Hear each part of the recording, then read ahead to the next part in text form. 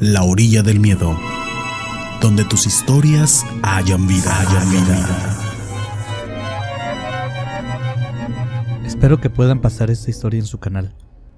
Mi nombre es Alberta y les contaré una historia que vivimos gran parte de mi familia.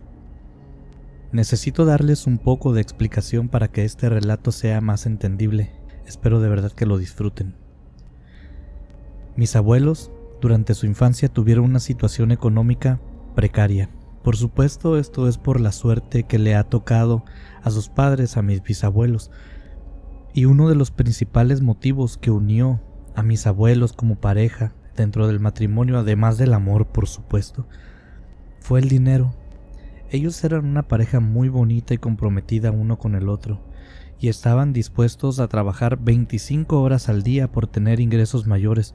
Siempre buscaban el dinero, y algo que a mí se me hacía muy curioso es que les gustaba tanto ganarlo como gastarlo. No eran las típicas personas avaras que no querían soltar ni un peso de lo que ganaban, que todo lo querían tener ahorrado y que andaban siempre mal vestidos y mal comidos. Nada de eso. Ellos gastaban en sus hijos, en sus amigos, en la señora del parque que vendía dulces. Si la señora vendía un dulce en 5 pesos, ellos se los compraban en 20 pesos. Les gustaba repartir su dinero, aunque tampoco se quedaban sin nada, tenían lo suyo ahorrado.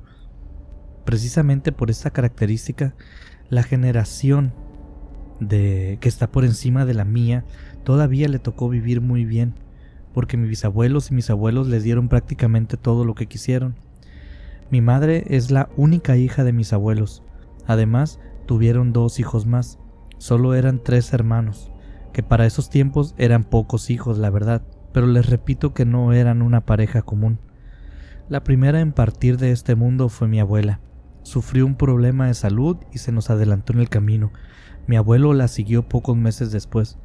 Siempre platicábamos que les gustaba tanto estar juntos, que el día que se fuera uno, el otro lo iba a alcanzar rápidamente, y tal cual sucedió. Mi tío José estaba casado y vivía en su propia casa, pero mi madre, mi tío Benito y yo vivíamos en la casa que era de mis abuelos. No me avergüenza decirlo, mi nacimiento no fue planeado y el embarazo de donde yo nací fue un accidente de parte de mi madre y de mi padre también. Mi madre siempre fue muy clara al respecto de este tema conmigo. Ella decía que cuando creciera quería que supiera exactamente qué es lo que había pasado y por qué mi padre no estaba con nosotros durante mi vida. Así como fue clara también en decirme que ella me amó desde el primer momento en que supo de mi existencia. Todo lo contrario que sucedió con mi padre, quien en cuanto supo de mí se desapareció. Pero para mi mamá no fue un gran problema, porque no amaba a aquel sujeto. Les repito, fue un error y un desliz que tuvo. Eso no lo hace mala madre, eso solo la convierte en un ser humano que se puede equivocar igual que usted o yo. En estas circunstancias, mi madre se quedó a vivir en casa de mis abuelos, y ellos tampoco tuvieron ningún problema con esto. Les alcanzaba, y aparte que estaban muy entusiasmados mucho con la noticia de mi nacimiento. Mi tío Benito vivía en casa de mis abuelos al igual que mi madre, y ninguno de los dos tenía planes de irse. Mi tío Benito era una persona muy aislada de todo. Tenía un local en la parte del centro de la ciudad y de ahí se ganaba la vida. Mi madre no trabajaba, todo se lo daban mis abuelos, y cuando ellos murieron le dejaron un fideicomiso muy bueno. Básicamente, mi mamá y yo estábamos cubiertas económicamente. No éramos ricas ni nada por el estilo, pero podíamos vivir tranquilamente por lo que nos restara de tiempo. Pues después de unos meses de la partida de mi abuelo, mi tío Benito trajo a vivir a la casa a una persona, una señora mayor, que resulta que era la nueva pareja de mi tío. Esta señora, le llamaremos Rocío, no es su nombre real, era una señora que se presentó muy amable, muy cariñosa con mi madre y conmigo. La casa de mis abuelos es tan grande que perfectamente cabíamos los 4 ahí y aún sobraban habitaciones. De hecho, podíamos vivir los 4 en esa casa, y si esa era nuestra intención, podíamos no vernos durante todo el día sin estorbarnos.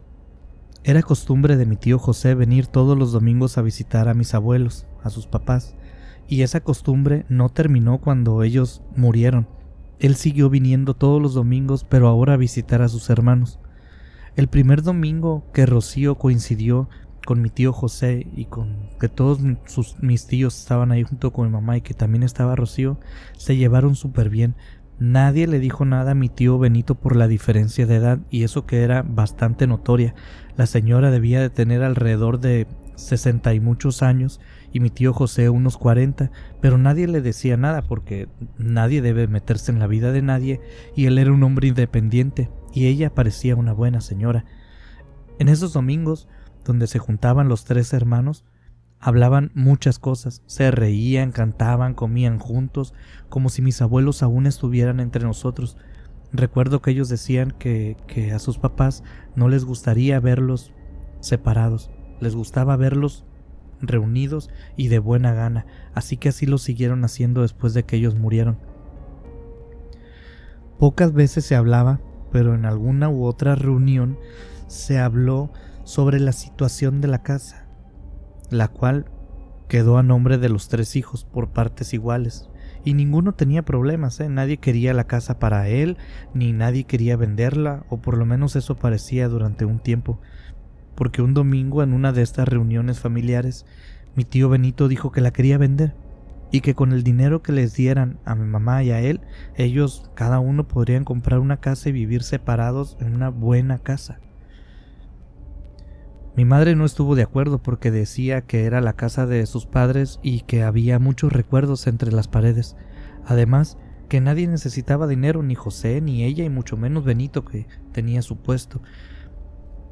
Pero mi tío estuvo muy insistente todo el día. Mi tío José dijo que a él le daba igual si la vendían o no, pero que si la vendían quería su parte, por supuesto, y dejó que mi tío Benito y mi mamá decidieran solos ese asunto. No estoy seguro si le daba igual la venta o simplemente no quería ser el voto que decantara la balanza hacia un lado o hacia otro. El caso es que él se hizo a un lado y dejó que mi mamá y mi tío decidieran. Declaró su postura como neutra. Lo único malo de esto es que a partir de ese día las cosas en la casa se pusieron muy pesadas con la señora Rocío y mi tío José. Parece que se habían tomado aquel tema de la venta de la casa como personal y como si fuera una guerra. Por ejemplo, cuando mi madre quería usar la cocina, llegaba la señora Rocío rápido cuando se daba cuenta que mi mamá la estaba usando a querer usarla, y como mi madre la estaba ocupando, ella le hacía una mala cara y le decía cosas como: te falta mucho porque aquí vivimos más personas además de ti y tu hija. Había pequeños detallitos que no estaban bien. Recuerdo un día que mi tío Benito y la señora Rocío salieron de la casa a no sé dónde iban, el caso es que salieron. Pero como se habían ido, a mí y a mi madre nos dio por ver una película en la sala cómodamente en medio de la casa, y nos acomodamos, pero ni bien encendimos la televisión, se fue la luz, y pues nos salimos al patio a estar allí juntos un rato platicando. Casualmente, justo cuando ellos volvieron, la luz regresó, y así nos sucedió en varias ocasiones, hasta que nos dimos cuenta que mi tío Benito y la señora Rocío nos bajaban el interruptor eléctrico principal de la casa cuando se iban, para que nosotros no tuviéramos electricidad mientras ellos no estaban. Las molestias y las riñas fueron varias, y todas encaminadas en ese sentido de querer pelear.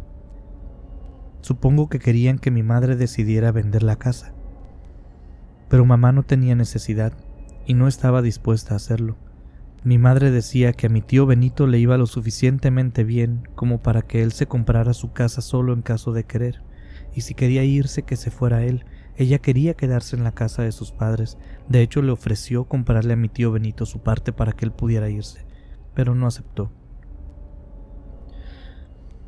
Así que a costo de vivir un poco incómodos, voy a decir, mi madre me dio la indicación de no regresar agresiones, ni verbales ni de acción, a mi tío y a su novia Rocío.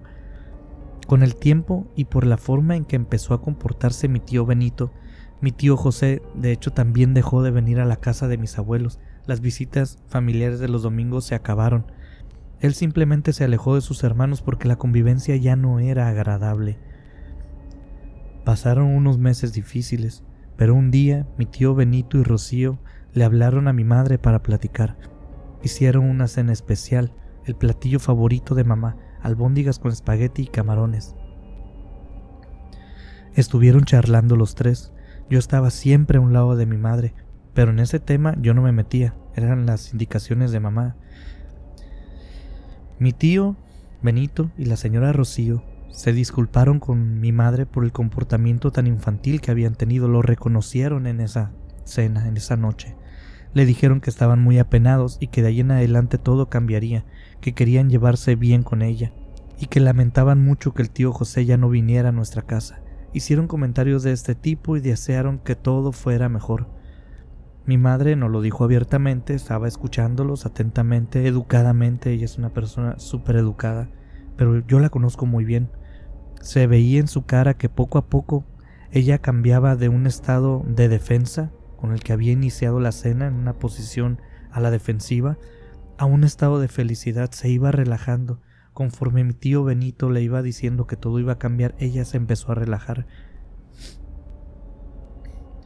Así fue poco a poco pasando hasta que la señora Rocío dijo: queremos estar tan en buenos términos que estamos dispuestos a pagarte el doble de lo que vale tu parte de la casa para que nos dejes vivir aquí solos. Recuerdo que mi madre estaba tomando un vaso con agua y escupió un poco por el susto, el sobresalto de escuchar aquello. Definitivamente no se lo esperó.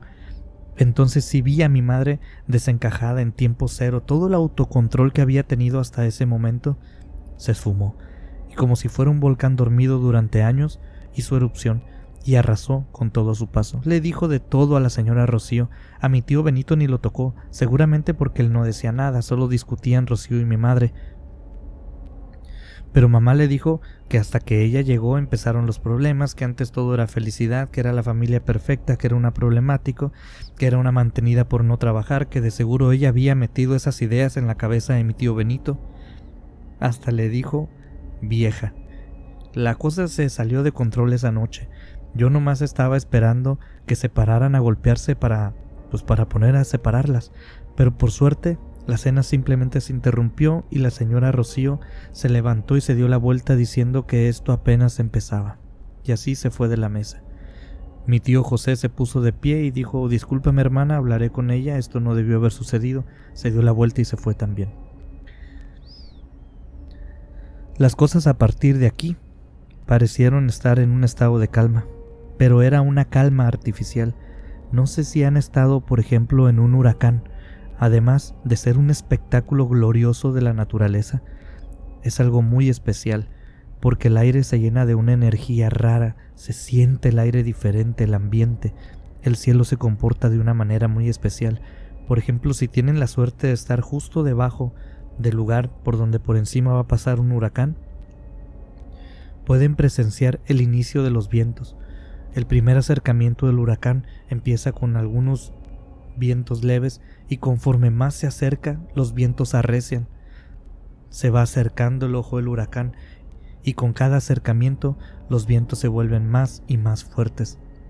Pero cuando el ojo del huracán está justo sobre ti, los aires se calman de golpe, se tranquilizan, pero se siente una tensión en el aire porque sabes que esa calma es falsa y que de pronto se va a desatar de nuevo toda la furia de la tormenta, que ahora no empezará tranquila para terminar fuerte, sino al revés, empezará con toda su potencia para ir disminuyendo hasta alejarse de ti. Pues algo así pasó después de esa cena. Se vivió una tranquilidad, pero que sabíamos que no duraría mucho tiempo y que se rompería con furia.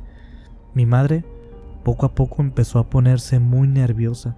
Siempre se esperaba lo peor de todos lados. Se empezó a comer las uñas, se empezó a no poder dormir bien, empezó a estar a la defensiva 24 horas al día. Recuerdo que en una ocasión iba llegando la señora Rocío y traía en sus manos unas bolsas con mandado, con el súper, con algunos víveres, y le dijo a mi madre con un tono súper sarcástico que ella compraría sus propios víveres y que esperaba no molestar con eso.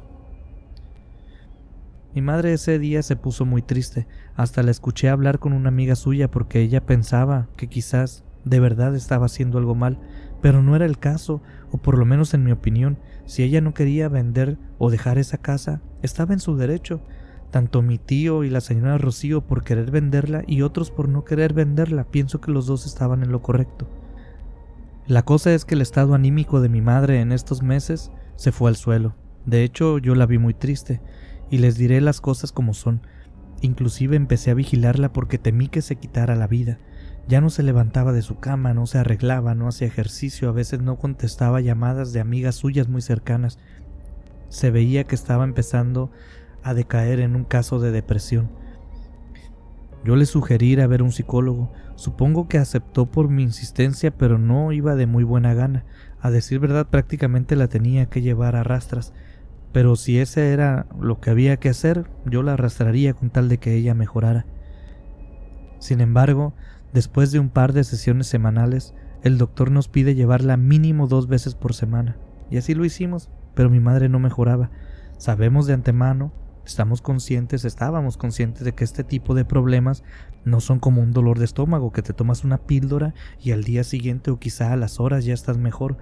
Sabemos cómo son las depresiones, tardan, pero igual yo esperaba ver alguna mejoría en mi madre, pero ese no fue el caso, no sucedió.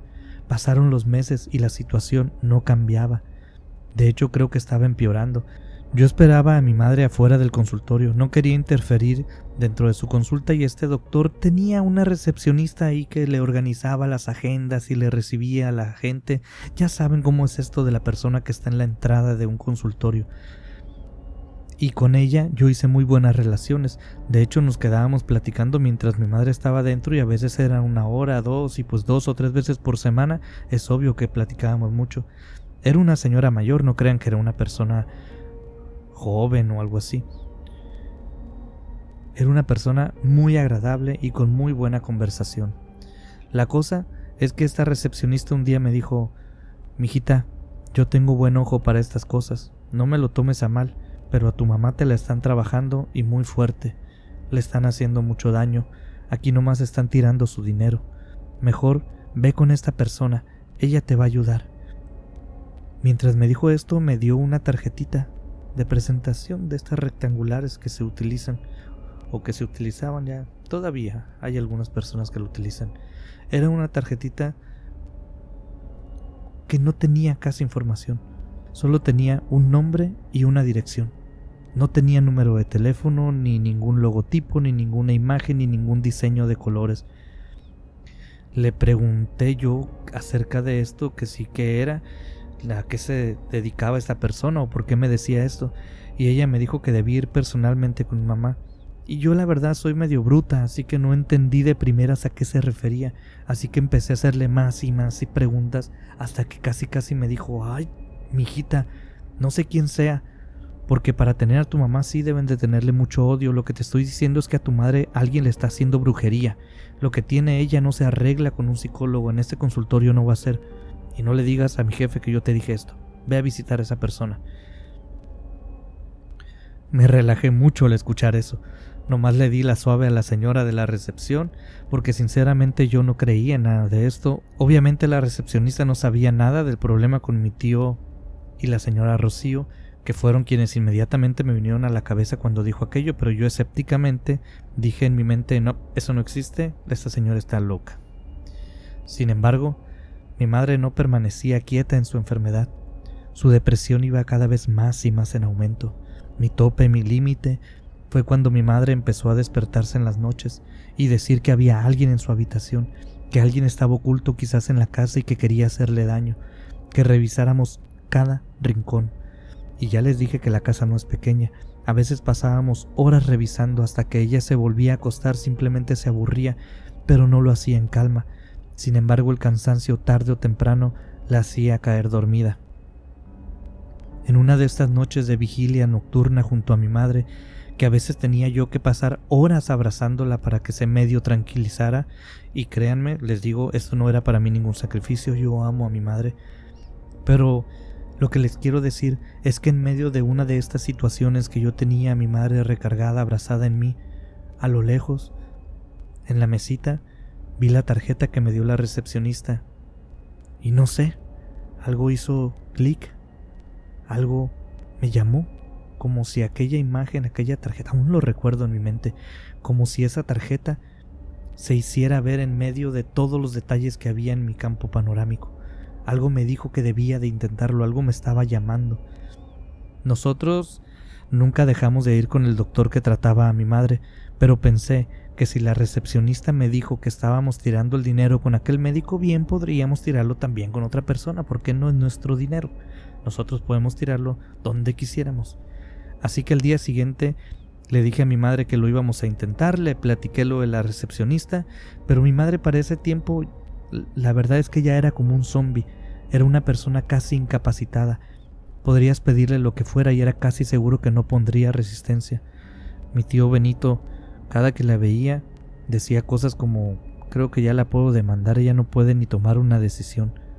Cosas así, y luego la señora Rocío nomás se le quedaba viendo y le cuchillaba cosas a la oreja a mi tío Benito, frente a nosotros, sin un ápice de vergüenza.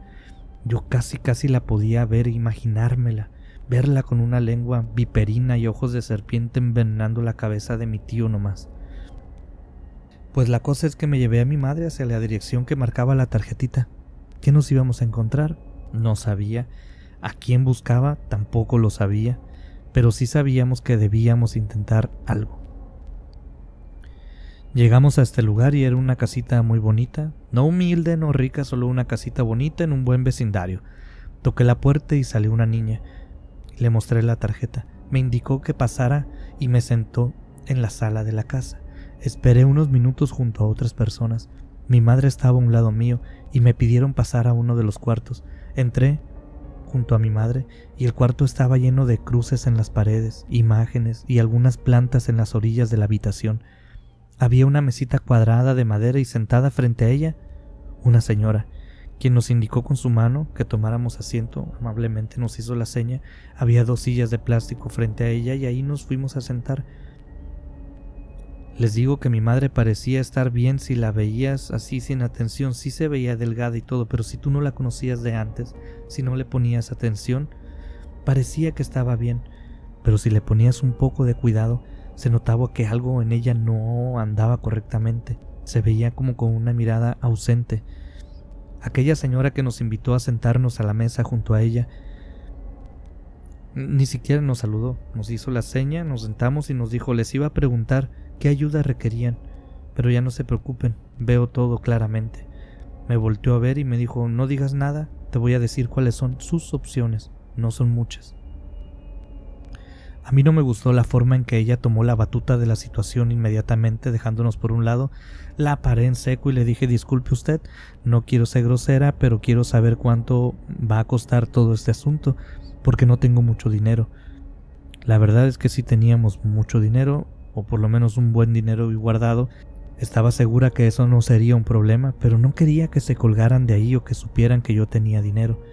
Pero la señora inmediatamente me dijo: la ayuda que se cobra no es ayuda, es un producto, y aquí no vendemos, aquí ayudamos. Quise volver a hablarle, pero ahora ella fue quien me interrumpió. A tu mamá le están dando algo de comer. No sé cómo, no sé quién le haga la comida, pero algo le están dando de comer para que no tenga voluntad. Algo quieren de ella, no sé qué sea ni quién sea, pero quieren algo que ella tiene y quieren quitarle su voluntad para poder manipularla. Debes tener mucho cuidado con lo que le dan de comer. Suspende todo lo que se esté haciendo actualmente y empieza a prepararle tú misma la comida. Le puedo quitar todo lo que trae encima, pero quiero que sepas que se devolverá mucho más fuerte a quien lo haya hecho. Y mira, que lo de tu madre es cosa que puede hasta morirse. Así que si se lo quito, cuando vuelva al origen, será como una sentencia de muerte para quien lo haya hecho. Yo le expliqué a esta señora que yo no quería cargar con algo así en mi conciencia, que me daba miedo, que de hecho no creía mucho. Y ella me dijo: la vida es difícil y llena de decisiones aún más difíciles, pero tú decide, tu madre o quien le está haciendo daño. Después de estas palabras yo no necesité más argumentos, no necesité pensarlo. Esas palabras eran más que convincentes. Aunque me las dijeron hace muchísimo tiempo, aún están en mi mente, aún las escucho en la misma voz de esta señora. Pedí que le quitaran todo a mi madre, que la ayudara, y ese mismo día empezó a trabajar. Estuvimos yendo muchas sesiones más, nunca nos cobró un peso, nunca nos insinuó que le diéramos dinero. Ella le pasaba huevos por el cuerpo, la golpeaba con hojas y ramas, le ponía incienso entre los pies. Era muy surreal toda la escena que se vivía dentro de aquellas habitaciones. Pero lo más impactante fue lo que sucedió en nuestra casa. Desde que salimos la primera vez de la casa de aquella señora, yo me quedé pensando mucho en lo que dijo de la comida, porque si no era mi madre quien preparara la comida, era yo. Era imposible que alguien le estuviera dando algo más de comer. No podía ser posible, simplemente no lo era. Solo nosotros nos cocinábamos y nunca salimos a comer en la calle o ordenábamos comida. La última vez que alguien le dio algo de comer a mi mamá, sin que haya sido ella o yo quien lo preparara, fue la cena aquella de albóndigas, espagueti y camarón, pero solo había sido esa vez. Aunque mi tío Benito y la señora Rocío eran las personas que pudieran querer algo así, solamente había pasado esa vez. Pero en estas cavilaciones me vino a la mente aquella vez que la señora Rocío había bajado del carro su propio mandado, sus propios víveres, su propio súper, su comida. Ellos no comían lo mismo que nosotros, y entonces recordé que la señora Rocío no comía lo mismo que nosotros. Sí es verdad que ella no le cocinaba a mi madre, pero también era cierto que ella tenía acceso a la cocina donde estaban todos los ingredientes que nosotros usábamos para cocinar. Llegando a la casa me puse a revisar toda la cocina y encontré en cada especiero una especie de bolsita, una bolsa muy rara, como de color gris con negro. No olía nada, pero se sentía como si tuviera alguna especie de piedritas adentro. No sé qué tenía, no las abrí. En el salero también había otra bolsita muy pequeña, en el pimentero igual. No sé qué hecha, no sé qué era. De hecho me pregunté, en caso de ser esta la brujería, ¿estará direccionada? ¿Por qué mi madre estaba mal pero yo no? No lo sé. Muchas dudas me salieron. Tomé todas las cosas de la cocina y sin que se diera cuenta mi tío Benito, la señora Rocío, tiré todo a la basura y empecé a esconder las cosas con las que cocinaría de allí en adelante. Nada que no fuera inspeccionado o comprado por mí sería usado para cocinar algo que mi madre fuera a comer. Como ya les comenté, seguimos yendo con la señora que nos recomendaron. Yo empecé a tener más cuidado con lo que mi madre comía, y debo decirles que las bolsas esas extrañas volvieron a aparecer en los aleros, de manera misteriosa, porque yo no sé quién las puso ahí, no me di cuenta. Pues como si fuera una ecuación matemática que se está despejando y se debe mantener una igualdad entre ambos lados del signo igual. Conforme mi madre mejoraba, y miren que lo hizo mucho más rápido de lo que empeoró, conforme mi madre mejoraba, la señora Rocío se ponía cada vez más mal.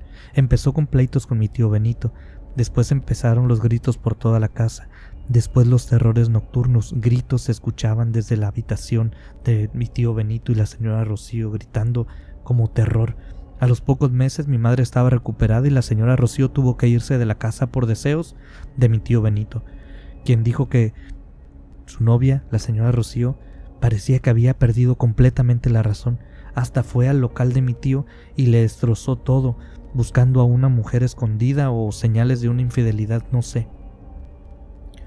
Mi madre se recuperó por completo, quizás al paso de un año. Agradecimos muchísimo al doctor, que todavía mi mamá sigue yendo, aunque principalmente la recepcionista, por supuesto, sin decir nada al doctor como ella nos lo pidió. A la señora que nos recomendaron, nuestras infinitas gracias, y aunque no nos pidió nada, le hicimos un generoso donativo por su ayuda, por supuesto. Mis tíos José y Benito empezaron a retomar junto a mi madre la costumbre de juntarse los domingos. Todo se volvió a la normalidad, ya nadie hablaba sobre vender la casa. Lo único que lamento en el alma, y lo digo con toda sinceridad, es enterarme de la muerte de la señora Rocío. Parece que un día simplemente perdió la razón. Tenía algunas alucinaciones de hombres que la perseguían y se lanzó de un puente de mi ciudad. Por lo menos esos son los rumores que nos llegaron. Pero aún recuerdo aquellas palabras y lo pienso bien. Y es verdad, la vida está llena de decisiones difíciles, pero cada quien elige las dificultades que quiere cargar. Les envío un cordial saludo y espero que todos se encuentren muy bien, de lo mejor.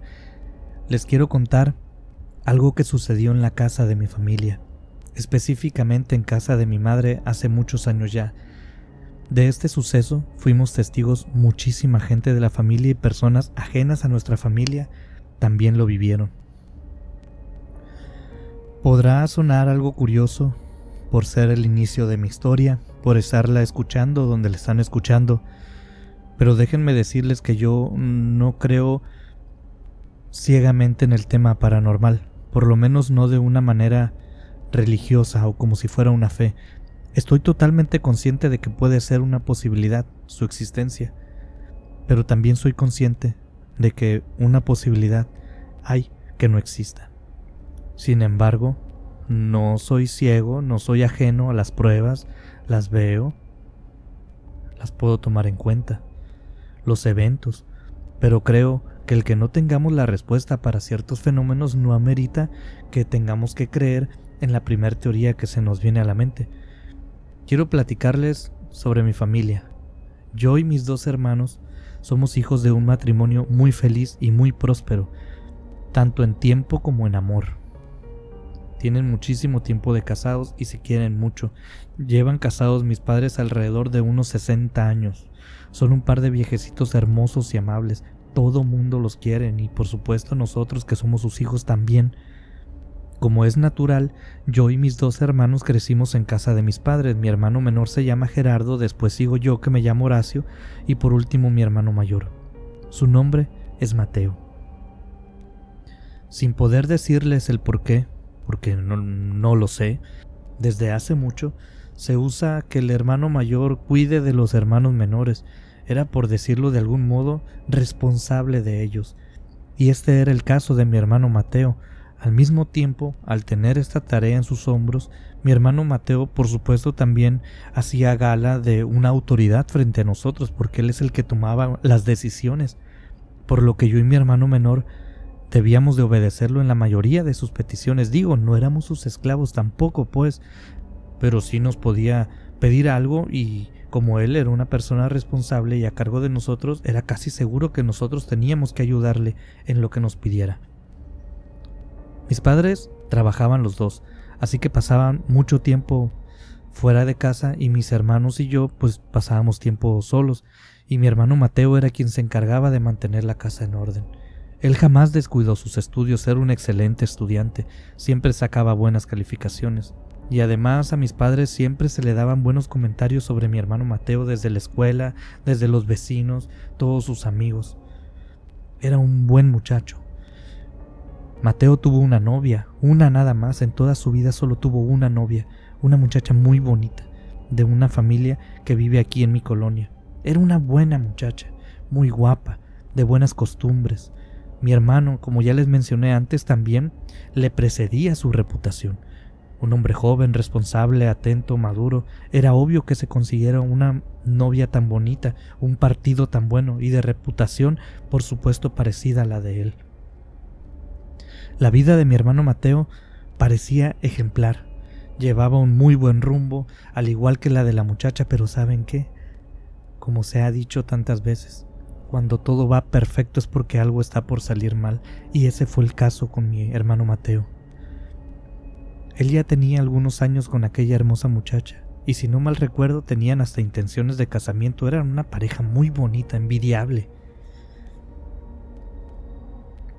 Pero mi hermano cayó en cama, de golpe, abruptamente. Un día de repente se sintió mal de su espalda y se quedó en la casa un tiempo a ver si mejoraba. Se quedó acostado y sucedió todo lo contrario. Primero perdió los movimientos de las piernas y después de su torso todo pasó súper rápido, en quizás un mes a lo mucho, creo que en menos. Estuvo yendo con doctores de todo tipo, fisioterapeutas, quiroprácticos. Algunos tenían una teoría, intentaban una cosa, otros tenían otra idea, intentaban otra cosa. Debo decir que no quedó por intentos de nadie, pero la verdad es que la poca capacidad económica de mis padres y la charlatanería de muchos doctores acabaron con las esperanzas de mejoría para mi hermano. Nunca fue diagnosticado con algo específico, simplemente tenía un conjunto de síntomas que no apuntaban a nada concreto, pero lo que era totalmente cierto y sabido por todos es que mi hermano perdió totalmente el movimiento de su cuerpo. Yo pasé a ser el responsable de mis 2 hermanos y entre yo y Gerardo empezamos a cuidar a Mateo, a bañarlo, a limpiarlo, a darle de comer. A veces le leíamos, poníamos una película en su cuarto y todos la veíamos. Él no se podía mover, a veces hacía gemidos. La vida en una situación de este tipo es muy difícil, no se la deseo a nadie, aunque debo decirles también que aprendimos a querer a mi hermano desde el punto de vista del servicio. Aunque estoy seguro que él no estaba contento, pasó de ser el hermano con mayor responsabilidades y reconocimiento a ser el hermano que necesitaba toda la ayuda del mundo. Obviamente la vida de mi hermano se detuvo, su novia lo dejó, la escuela se suspendió, todo quedó en pausa. A veces que yo lo estaba atendiendo, lo escuchaba gemir, pero parecía como si llorara, y lo veía como si quisiera voltear hacia otro lado, como si él supiera que yo estaba allí y no quería que lo escuchara, pero yo solo le tomaba su mano y me sentaba junto a él. Nunca estuve al 100% seguro si nos escuchaba o si sentía cuando le dábamos un abrazo o le tomábamos la mano. A veces se lo preguntaba cuando estábamos él y yo solos en el cuarto, pero él solo respondía con gemidos. A veces gemidos de un modo y a veces gemidos de otro. Nunca eran iguales. Nunca pudimos implementar un sistema, por ejemplo, de haz esto si es un sí o haz aquello si es un no. Simplemente a veces gemía y a veces no, a veces respondía, a veces no, a veces podía mover sus ojos y a veces no. Yo fui el primero en terminar mi carrera. Me fui de la casa y mi hermano menor Gerardo fue el encargado ahora al 100% de mi hermano Mateo. Yo empecé a trabajar, me casé y empecé a aportar económicamente, por supuesto, a casa de mis padres, en agradecimiento a ellos y también para apoyar al cuidado de mi hermano, que yo sabía que no era fácil. Con el tiempo, mi hermano Gerardo también terminó sus estudios, pero él no, él se quedó en casa, él no salió de la casa de mis padres. Mi madre y mi padre no batallaban mucho con Mateo, con el apoyo que tenían de mi hermano Gerardo, viviendo con ellos, la pensión, que ya mis padres eran pensionados y lo poco que yo apoyaba también económicamente. Mateo tuvo enfermera que lo iba a atender. Mis padres hablaban mucho con él. No crean que era una persona enferma olvidada en un cuarto, no, era una persona que era incluida en la vida de la familia, pero no se podía mover. Pero mi hermano se hizo mayor allí nomás, postrado en cama. Así pasó gran parte de su vida. Pues bueno, mi hermano Gerardo, que siempre ha sido muy enamoradizo, y en una de tantas novias que tuvo encontró a la mujer que hoy es su esposa.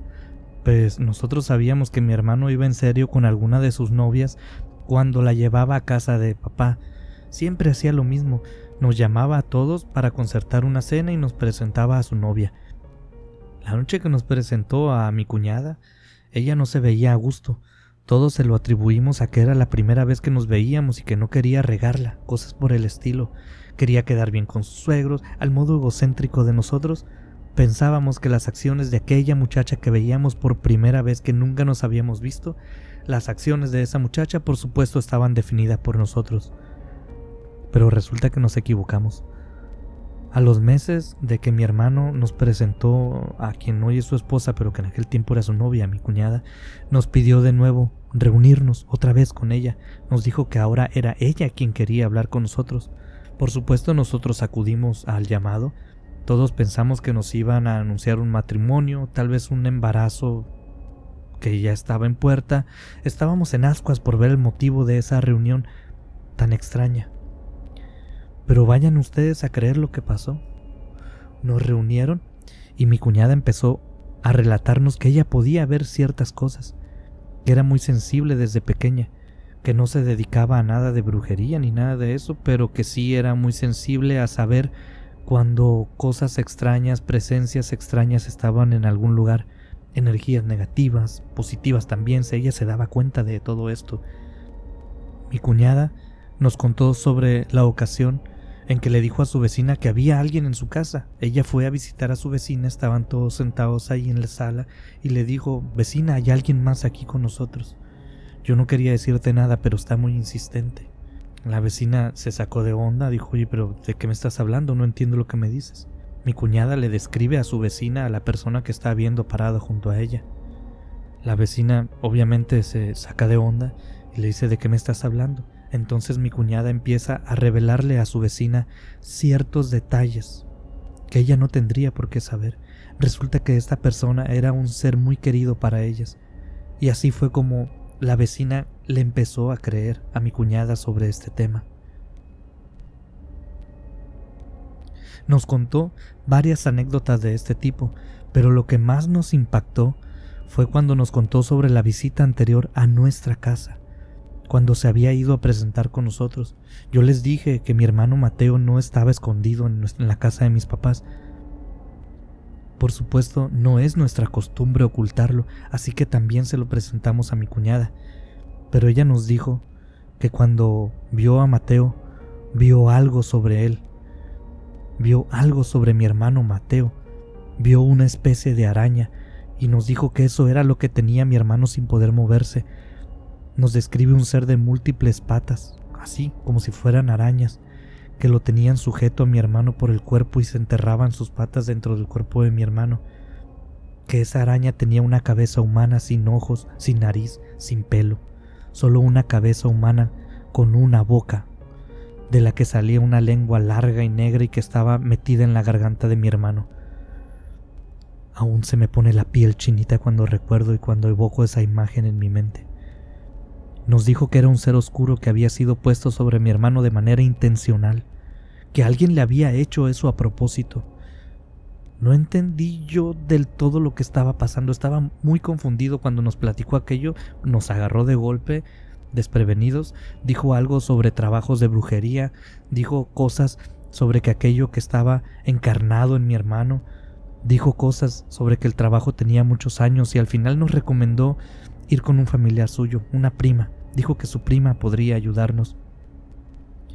Sinceramente yo no sabía qué decir. Ustedes saben que en una conversación alguien habla, otro escucha, otro responde. Cuando mi cuñada dejó de hablar, todos nos quedamos en silencio y yo no sabía qué decir. Como ya les dije al inicio, me considero un escéptico y creo que a veces las personas te llegan con cuentos extraordinarios para convencerte de cosas que de verdad creen, pero que no por eso son reales. Puede que no haya ni pruebas ni fundamentos, pero las personas lo creen. Bueno, pues esa es mi postura, o esa era mi postura. Por suerte, mis padres y mi hermano no pensaban igual que yo. Llevaron a mi hermano con esta señora. Ella empezó a decirles que lo podía ayudar, que podía tratar a mi hermano. Pues quizás habrán pasado 5 meses desde que empezaron a ir con esta señora cuando mi hermano hizo su primer movimiento. O por lo menos, un movimiento que la familia pudo detectar. De manera personal, puedo decir que yo me alejé de casa, de mi madre, no quería ir, me molestaba escuchar que le tuvieran tanta fe a algo que era imposible en mi mente. Pero por supuesto yo no quería decirlo, no quería ser yo quien detuviera la esperanza de mi familia.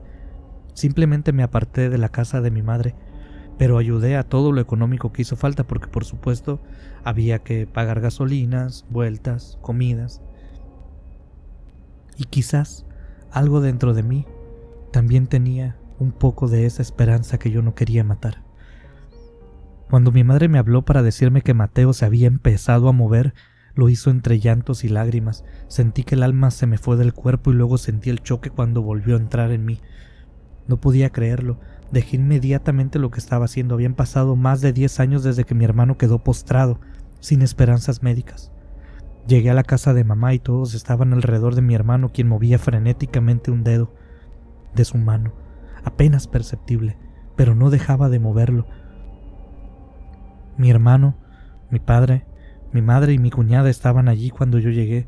Mi hermano me dijo que la señora les había dicho que a mi hermano le habían hecho un trabajo de brujería y lo habían dejado allí, que ese ser fue puesto a propósito sobre el cuerpo de mi hermano para que no se pudiera mover y que simplemente lo habían abandonado a su suerte, a esa cosa oscura y a mi hermano, que fue fácil removerlo porque ya no había nadie empujando aquella intención. La prima de mi cuñada les dijo a mi familia que había sido un pariente de aquella novia que tuvo cuando era joven. Ese familiar no los quería ver juntos por X o Y razón, pero saben que a esas alturas ya no nos importaba quién o por qué. Simplemente acompañamos a mi hermano en su recuperación, quien poco a poco recobró la movilidad que había perdido hace tiempo. Con muchísimo esfuerzo, voluntad y amor se ha ido recobrando en su vida. Poco a poco va mejorando cada vez más. Y aún recuerdo cuando poco a poco empezó a hablar y un día me dijo: hermano, ¿Recuerdas cuando me preguntaste si podía escuchar lo que ustedes me dicen? ¿O que si podía sentir sus abrazos? Escuché cada palabra y sentí cada uno de esos abrazos. Te amo, te amo.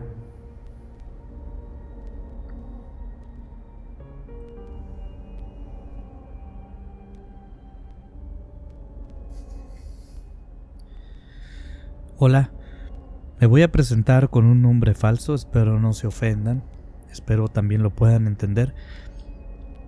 Pueden llamarme Sofía, usaremos este nombre porque es uno de mis favoritos. He estado escuchando su canal, las historias que pasan por aquí, por algún tiempo, casi desde que iniciaron, y quiero regalarles mi historia para que la compartan con quienes escuchan La Orilla del Miedo. Quiero que sepan que a veces las cosas no son como parecen, o quizás son más profundas de lo que se ven. A veces tomamos decisiones o partidos sin darnos cuenta de los posibles escenarios que pudieran surgir a raíz de cierto evento. Es normal porque el ser humano tiende a dar razones a situaciones por las que no tiene una explicación.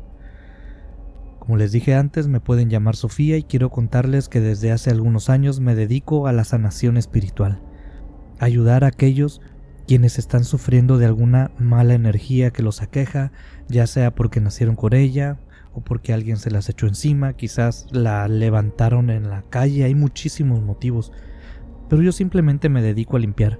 Soy como una persona del aseo, así me gusta pensar en mí. Soy discreta, soy educada y nunca pregunto ni investigo qué pasó, simplemente limpio y trato de hacerlo lo mejor posible.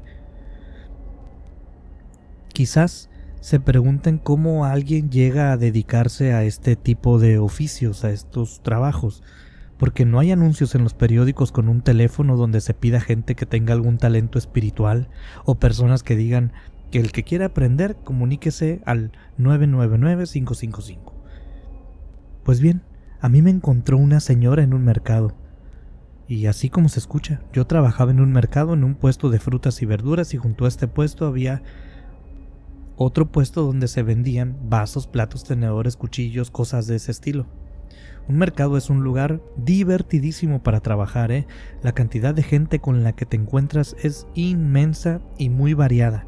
Fácilmente al día tratas a más de 300 personas distintas. Es un universo de personas los que pasan frente a un puesto de mercado. Pero también hay momentos de tranquilidad, momentos de esparcimiento, por ejemplo al inicio de la jornada, cuando entramos y empezamos a preparar todo para cuando empiecen a llegar los clientes, a veces al final de la jornada donde nos quedamos después de limpiar nuestros puestos y platicamos sobre cualquier tema. Simplemente se busca bajarle las revoluciones a la mente, al cuerpo, al corazón, que se puedan traer por todo el trabajo del día, por ese ajetreo. Por supuesto también durante el turno normal, pero estas son las menos. A veces no tienes ganas de estar gritando, pásele, pásele güerita, llévese su zanahoria, llévese un tomate, barata la cebolla. Así que simplemente nos sentábamos en algún banco y nos poníamos a platicar. Pues precisamente así fue como conocí a la señora Gloria. Quiero aclarar que tampoco es su nombre real. La señora Gloria trabajaba en este puesto que vendía piezas de vajillas a un lado del puesto donde yo trabajaba, y a veces nos sentábamos cerca una de la otra y hablábamos sobre temas totalmente aleatorios, a veces sobre el clima, a veces sobre economía, a veces sobre política, a veces sobre nuestras mismas vidas, temas totalmente random. En la mayoría de los temas estoy segura que ninguna de las dos teníamos mucho conocimiento, pero igual no era para presumir conocimiento, la plática era simplemente para espabilar la mente y nosotros hablábamos de todo lo que queríamos. En uno de estos días de pláticas sin sentido, le conté a la señora Gloria algo que ha sido una constante en mi vida. Me refiero a algo que yo consideré siempre como una maldición de la suerte. Resulta que desde que yo era muy pequeña experimenté algo muy extraño en mi vida. Había una característica en mí que no era común, que siempre fue vista como casualidad, suerte, y claro que fui objeto de burlas por esto. No era normal lo que me pasaba, pero tampoco era algo que todos pudieran señalar o entender, ni siquiera yo lo entendía y a mí era quien me pasaba. Lo veía simplemente como lo que me habían dicho que era, una bendita maldición. Les contaré la ocasión en que estaba en preescolar Y esta historia yo no la recuerdo exactamente, pero me la platicaron muchas veces. Resulta que mi maestra me había quitado una muñeca que yo había llevado a la escuela clandestinamente, en la mochila, a escondidas. Y cuando mi mamá fue por mí, la notificaron sobre el asunto. Yo estaba muy enojada, mi mamá me castigó y además yo estaba enojada porque habían tomado algo que era mío. A pesar de que no se permitiera llevar esa muñeca, o a pesar de que no estuviera bien hacerlo, yo siempre defendí que nadie debía tocar mis cosas. Así que le dije a mamá, ojalá que la maestra se sienta muy mal por lo que hizo, porque a mí también me va a ir mal. Y vaya usted a creerlo o no, como usted quiera, como usted desee. Pero a la profesora le dio una gripa muy fuerte que no se le quitó en meses. O está también esta otra historia, cuando una compañera de la escuela, ahora en la primaria, me robó una pluma. Y a pesar de que yo la descubrí, la acusé y la señalé con mi profesor, mi compañera alegó que la pluma era suya, que la mía no era la única en el mundo, que podía haber dos plumas iguales, a pesar de que era una pluma muy característica, que tenía una gallinita así en la parte de arriba y luego tenía como plumitas alrededor. Era imposible confundirla. Ella alegó que había comprado una igual, que no sabía dónde estaba la mía, esa era de ella. Así que no me la quiso devolver y no se la pudieron quitar, pero también recuerdo que me enojé muchísimo y deseé en el fondo de mi corazón que algo muy malo le pasara a esa compañera. Pues de nuevo, créanlo o no, a esa niña la atropellaron esa misma tarde. En otra ocasión, una hermana de mi madre pasaba por una situación muy difícil económicamente. No quiero entrar en detalles de esto porque fue algo muy feo y muy específico, muy particular, un caso inconfundible, y no quiero que mi familia sea reconocida. Así que solo les diré que recé mucho, muy fuerte, para que a mi tía le fuera muy bien y base sacando un premio muy bueno en la lotería. ¿Casualidades estas 3 historias? Tal vez, si ustedes quieren. Pero ¿qué me cuentan del resto de historias que no alcanzaría a contarles? Son muchísimas veces me pasaron cosas parecidas a estas. Un carro que iba conduciendo mal en la calle y que casi me impacta y me hizo enojar mucho, y ojalá termine en el camellón, dije. Momentos después, el carro encima del camellón. Un conductor de una motocicleta que irresponsablemente iba a exceso de velocidad jugando con su moto y casi lo atropello. ¿Qué tarda es en que le pasen por arriba?, dije yo muy enojada. Pues debía haberme callado, porque unas calles adelante la moto estaba en el suelo y el tipo recibiendo atención médica. Estas situaciones se habían vuelto muy frecuentes en mi vida, aunque no es que yo sea una especie de genio de la lámpara que concede deseos o que yo sea una especie de profeta. Es simplemente algo que vive dentro de mí, algo que con el tiempo estoy aprendiendo a utilizar, lo estoy perfeccionando, pero que yo antes no era consciente de su existencia.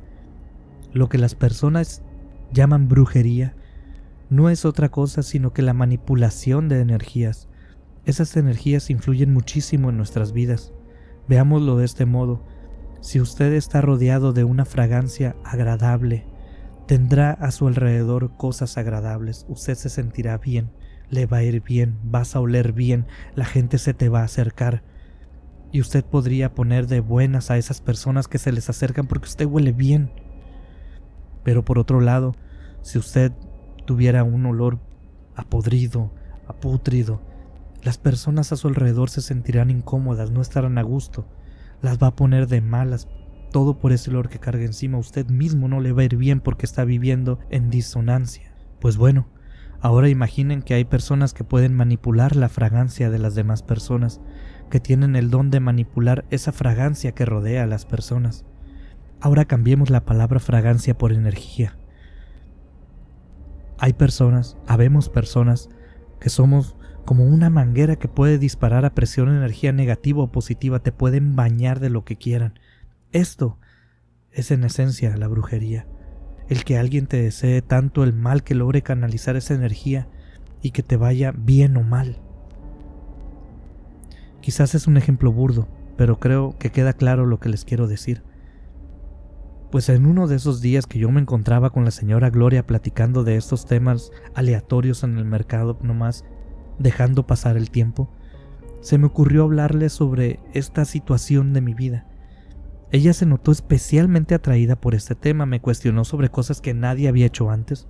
A decir verdad, La primera reacción de las personas a quienes le cuento este tipo de cosas, no sé si habrá sido el caso de ti que me estás escuchando, me decían cosas como: a ver, di que voy a bajar de peso, a ver, di que voy a conseguir dinero. Algunos que tenían un humor más oscuro, más negro, me han dicho cosas como: desea que mi vecina se mude, pero rápidamente se nota que es en tono de broma, no lo toman en serio. La señora Gloria no lo hizo en tono de broma. Me empezó a preguntar sobre mi fecha de nacimiento, me revisó mi mano, hablamos de esto quizás unos 15 minutos más, y eso que a veces llegaban clientes, pero la señora Gloria los ignoraba. En esos momentos yo me empecé a sentir incómoda, sentía como que había una intención que yo no podía descifrar. Pero Gloria no se daba cuenta de cómo yo me estaba sintiendo. Ella siguió preguntándome sobre mi padre, sobre mi madre, mis abuelos, mis hermanos, de dónde venía, qué es lo que me gustaba hacer, a qué horas me dormía. Yo me empecé a poner muy incómoda, les repito. Pero la señora Gloria de repente como que lo notó que yo ya no estaba a gusto, y dejamos el tema por un lado. Pero no por mucho tiempo. A la semana de haber tenido esta conversación, vino la hermana de Gloria. Ella fue quien nomás al verme me dijo: mi hermana tenía razón sobre ti, vámonos, créeme, no quieres estar trabajando aquí. No sé qué me pasó en esos momentos, pero me levanté y dejé el puesto. Parecía que algo en aquella mujer, en la hermana de Gloria, me había hipnotizado. Simplemente la seguí sin cuestionar nada. Recuerdo que a lo lejos escuchaba los gritos de la dueña del puesto hablándome, pero jamás regresé a trabajar a ese puesto. Me levanté y seguí a esta señora. La hermana de la señora Gloria me dio trabajo en su casa. Yo le ayudaba a limpiar su casa y ella se dedicaba a hacer limpias y sanaciones. En ratos libres me hablaba sobre cómo lo hacía. Recuerdo que una vez me dijo: mira, dime lo que sientes en los siguientes minutos. Tomó mi mano, la apretó un poco y se me quedó viendo a los ojos. Y entonces, poco a poco, sentí que me desmayaba. Entonces la señora me soltó y me dijo: he drenado muchísima de tu energía en poco tiempo, eres descuidada con ella, debes aprender a usarla, a protegerla y a usarla para ayudar a los demás. Eso es muy importante, yo te voy a enseñar. Desde entonces he sido su aprendiz y hoy también yo atiendo a personas. Ahora trabajo sola, pero nunca he dejado de aprender. Comencé la historia diciéndoles que no juzguemos sin saber, y esto se los pido porque muchas veces yo hice daño, porque no sabía que en mis manos tenía un arma cargada. Les envío un cálido abrazo.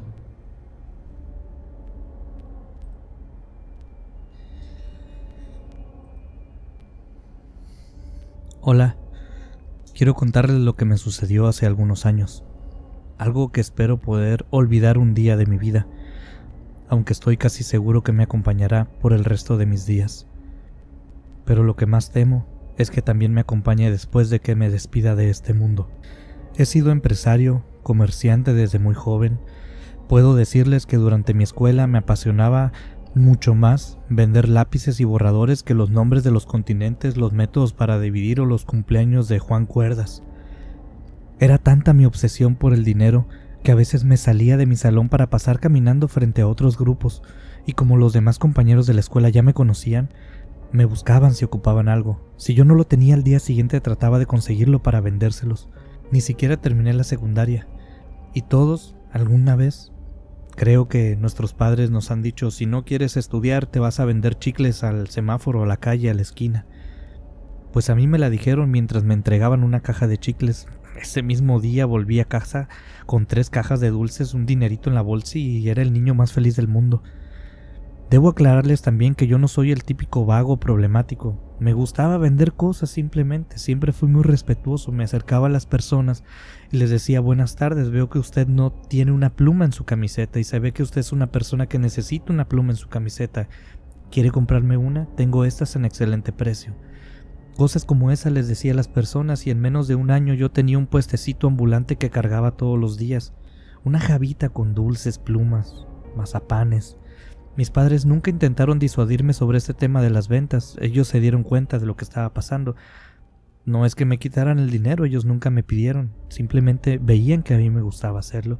Ellos vieron que yo me comprometía a esto, que me gustaba, y además vieron que yo era bueno, así que me apoyaron siempre para que me fuera mejor. Cuando pasaron los años y yo empecé ya a mover un poco más de productos, de dinero, a empezar mi vida de comerciante, yo les comenté que mi siguiente meta era abrir un local. Ellos mismos me pagaron la renta y el depósito del primer mes de un local en el centro, en el que yo me puse a vender ropa y zapatos, calzado en general. Además tenía 1 o 2 personas en el centro vendiendo en puestos ambulantes. Sinceramente, lo digo con la mayor humildad posible, para mis 24 años yo había logrado una independencia económica que ya quisieran muchas personas que hoy conozco de más edad que yo, en empleos aburridos y esclavizantes, ni de broma podrían llegar a tener lo que tenía yo a esa corta edad. No es ninguna novedad que el dinero trae consigo algunas conductas cuestionables, todo el mundo lo hemos visto, escuchado, conductas extrañas.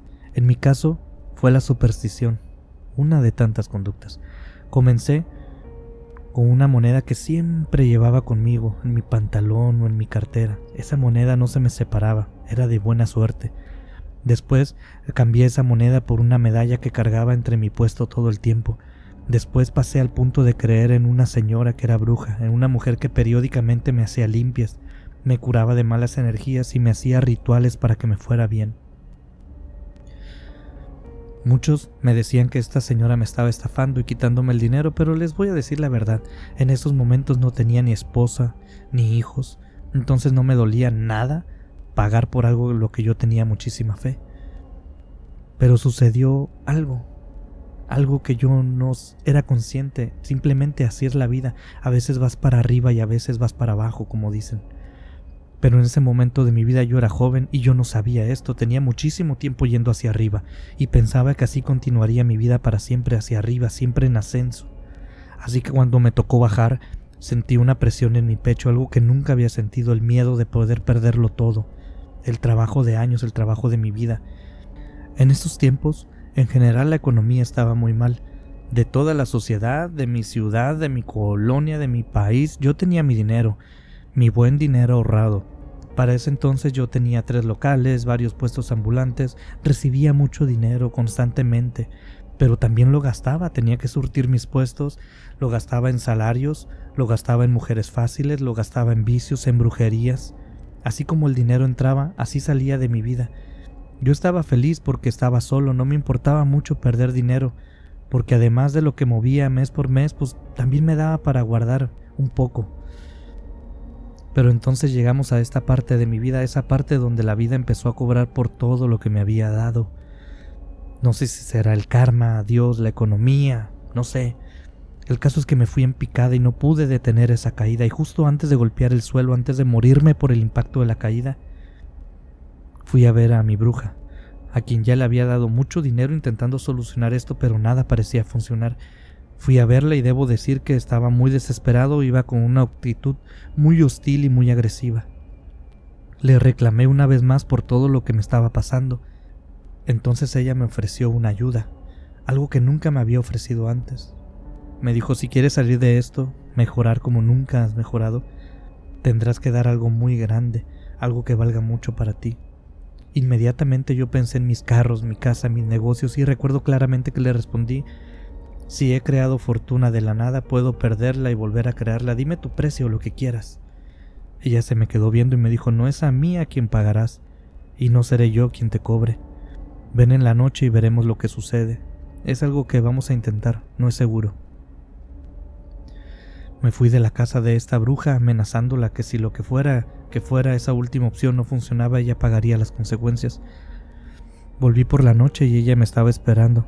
Estaba acompañada de alguien más, un señor que nunca había visto, y tenían sobre la mesa algunos artilugios que yo nunca había visto antes, una especie de caldero con palos metidos y huesos, no sé. Ellos me dijeron que iban a usar un tipo de invocación para manipular mi destino, para darme todas las riquezas que siempre había pedido por medio de un pacto con un demonio. Eso sería lo que intentarían para ayudarme, además, por supuesto, de que en algún momento de mi vida se me iba a pedir ese cobro que me habían dicho antes.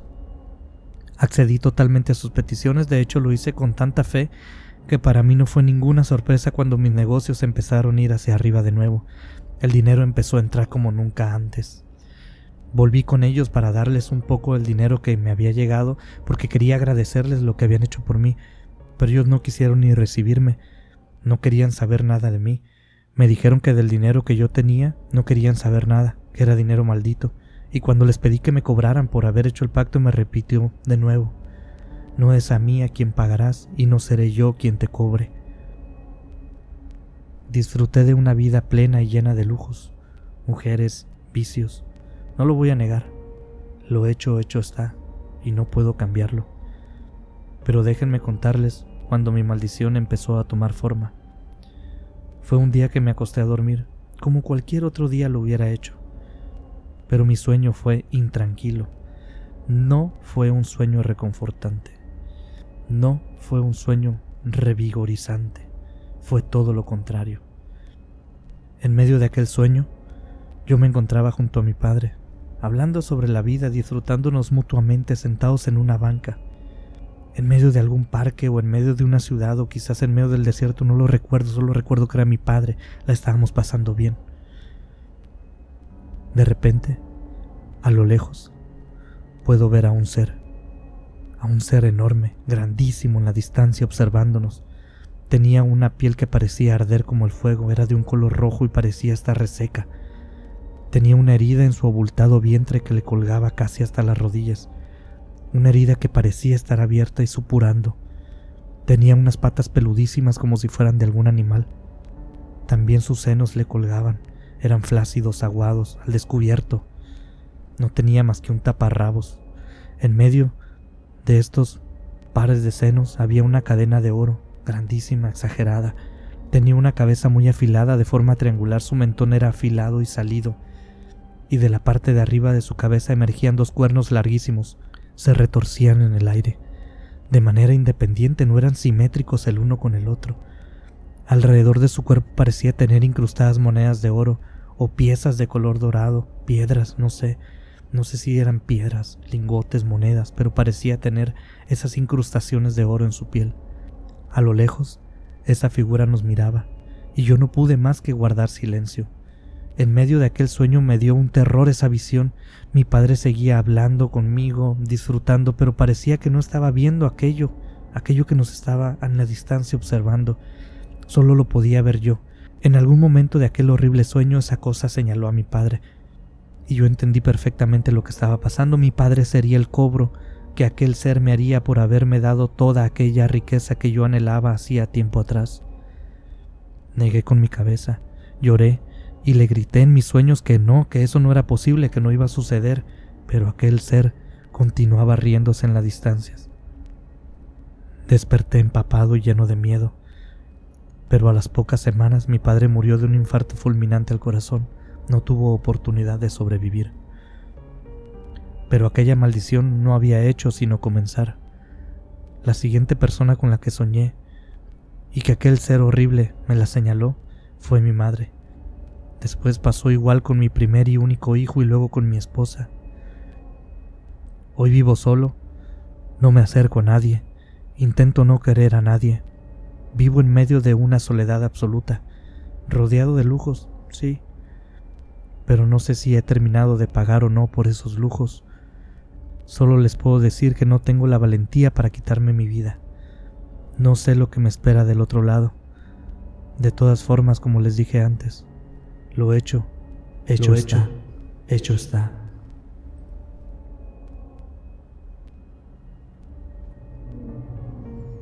Como siempre, un agradecimiento muy especial para ti que has llegado hasta este punto del video.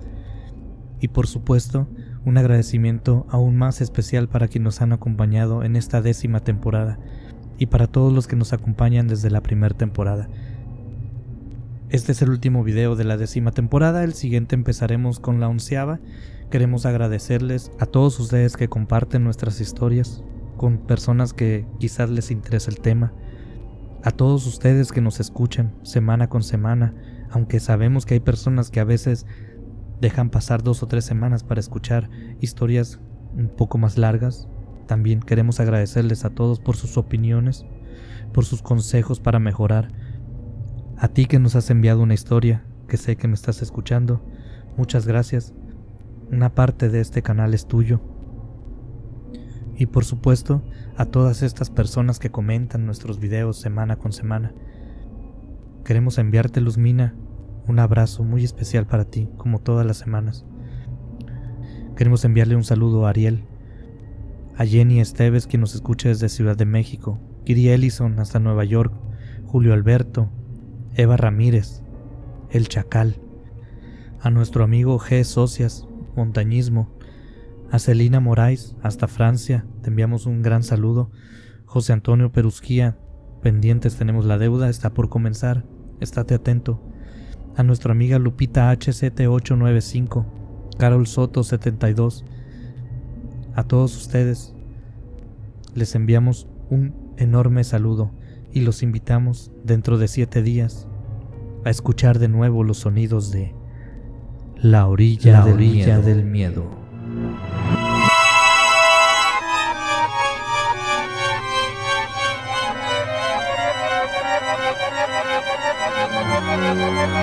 Thank you.